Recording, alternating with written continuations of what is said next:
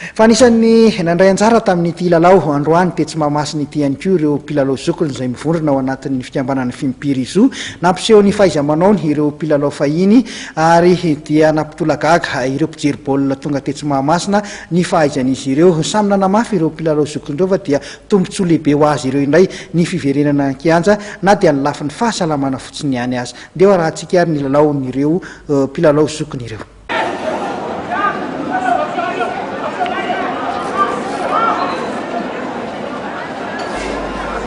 Nampiseho ny fahaizany milalao ny taranja baolina lavalava tetsy amin'ny kianjan'ny Mahamasina ireo mpilalao zokiny mivondrona ao anatin'ny Fimpirizo tamin'ity androany ity.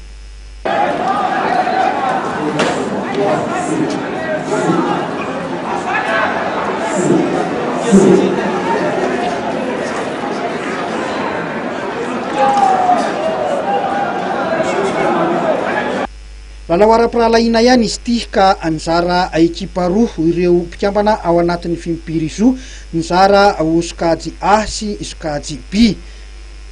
Teto dia niavaka ny lalao satria samy nahatsiaro ny fahininy rehetra, samy nanana ny fomba filalaoany ihany koa no natambatra oray ho hitan'ireo tanora ankehitriny.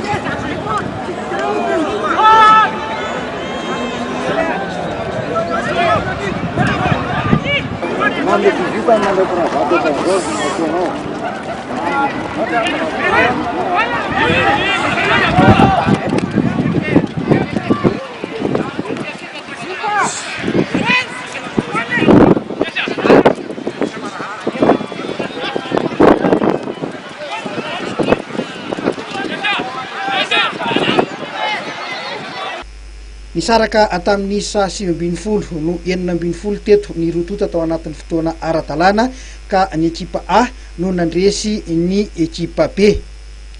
Petsaka ny tombontsoa azo amin'ny fiverenana amin'ny lalao toy izao hoy ireo mpilalao.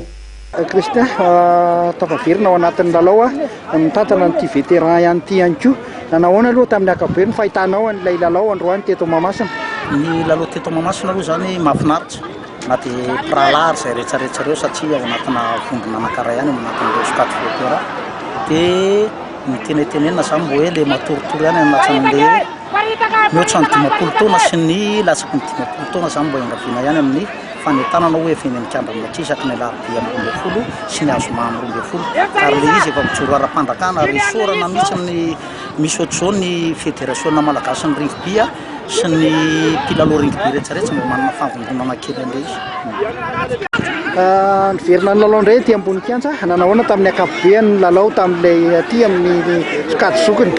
Nahafinaritra ny endri-dalao rehetra fa hita ihany moa mazokiny rehefa faraparany dia misy le reraka dia tsy maraka ny rythme intsony fa manaraka angamba mety ho tsaratsara kokoa noho izay satria samba le niakatra terahy daholo ny akamaroany zany androany dia manaraka ho tsaratsara kokoa noho izay zany fa engany mba hitoy zany le izy fa saotra betsaka mikarakara.